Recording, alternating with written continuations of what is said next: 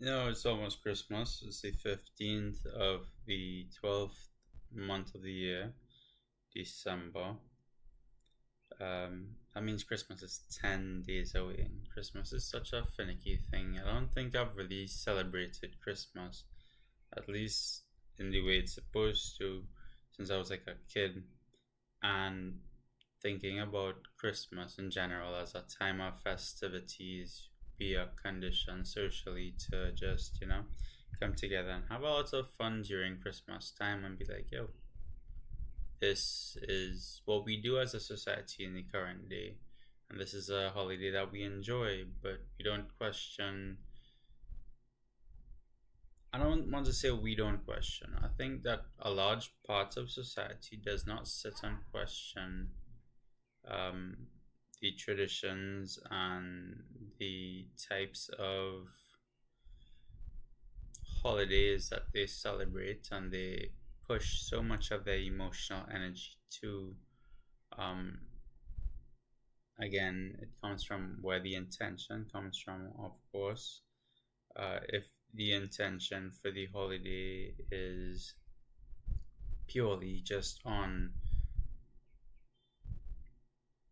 the perception that this holiday is supposed to be just family time and sharing gifts and building love from that place, then sure, it has good meaning. But then what's the deeper underlying meaning of the actual holiday? Like, they're supposed to have some type of symbolic. Now, one could infer that, or concur that there should have no symbolic meaning for a holiday, but whilst it could be 50% true, I won't say no. Everything is but 50% true and false in the world, but it'll be true that it has no meaning to the person who gives it no meaning, but to the few who uses it symbolically for something else, it'll have definitely meaning.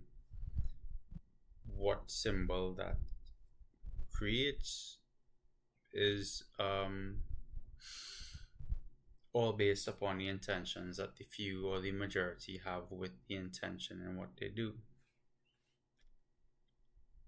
Realize that, let's talk about manifestation a bit. I realize that manifestation is all just mathematical constructs of 1 plus 1 equals 2. If you do this and you do this with this in mind, you'll get this answer, and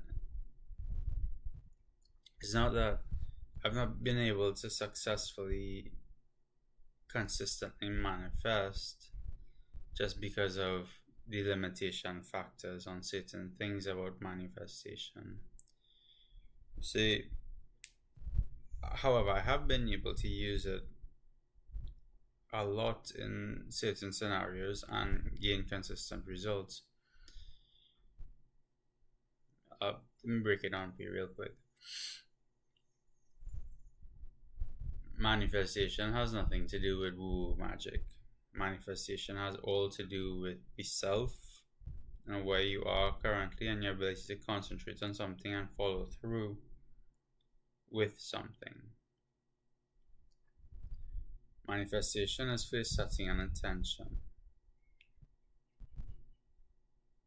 Having the idea that you want something, visualizing you having that something, and creating in your mind something, a structure that's unshakable, that, listen, this is what I want, this is exactly what I want, and this is how I want it.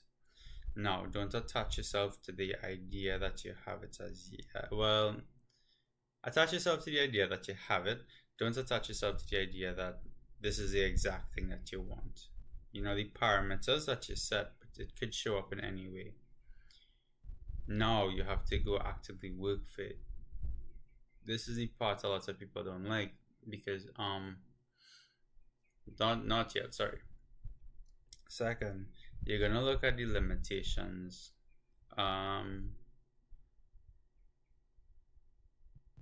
Well, you're gonna be stopped by a certain amount of limitations. Do you have the tools necessary to overcome these limitations.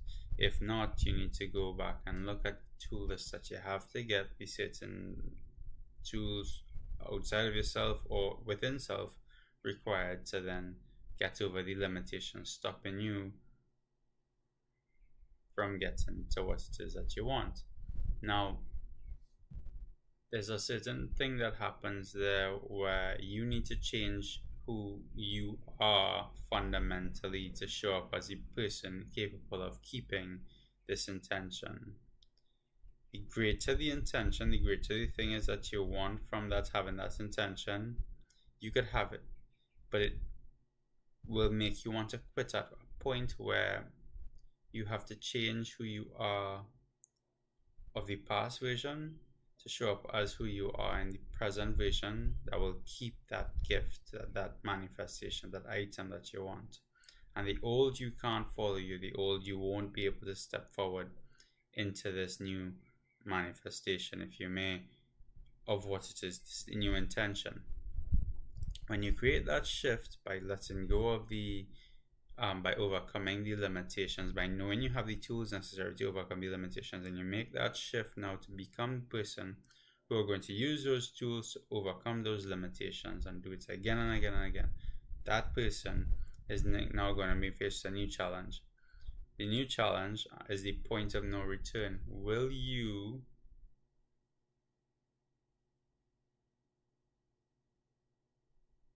have the balls to take the action required to move past the point of no return, the point in which I've taken action, there's no going back to the old version now because I've made the choice to take the action. And then in that subtle switch, it's all about looking at how I do what I do and how is it perceived by others, how is it received by others in whatever context this holds. Even if it's not anything for others and simply for yourself, you're noticing, okay, well, how is it received by me? And then you repeat the process again. Is this something that you want? It was received bad, for example. Is this something that you still want? Do the entire process again, this time yielding better results. That data is important, collect it so you could review it to continuously do this. Manifestation is just math. It's cyclical math between the laws of 3, the law of 7, which is the law of octave sound, and the law of 1. The law of 3 says that all structure in reality needs 3 points just to exist.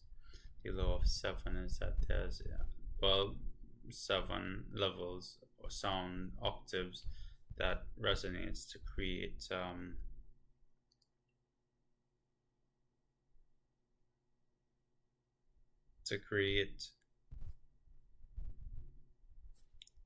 seven dimensions. Well, there's not gonna get into that. That's a bit expansive as a topic. I don't think I know how to word, but I want to word without making any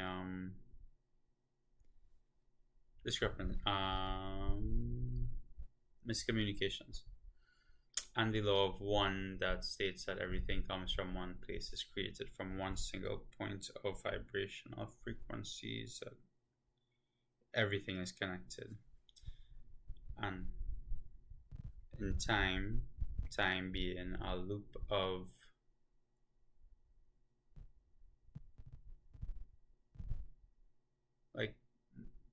think like an old film, that visualization is time in experience, because time is experienced in 2 ways, the kairos and chronos. Trackable time, as in structured time. This is what I'm doing this morning, this is what I'm doing this afternoon, this is what I'm doing at 3 o'clock, 4 o'clock, 5 o'clock. I have to wake up at 5 a.m. I have to get ready by 6 a.m. I have to be on the bus by 7 a.m. Or kairos time, which is past structure, nothing to do with structure. The energetic frequencies are correct right now for me to take action on what I want to get done. So I take action and I'm able to capture on the moment. But if I don't, and the moment is past, it's gone, time is moving forward, and now you look for new options. Now I have full intention. Well, sorry, I give out a lot of information here on these lives. I know that not a lot of many people watch this far into them or even stay for the meditations, and that's completely okay later on in the future when these probably will still exist. I don't think they'll get flagged. I'm not speaking on anything too out there, but yeah, hopefully it helps somebody sometime. For now, I will start this sound and then I'll get into my meditation. My leg has fallen asleep, and um,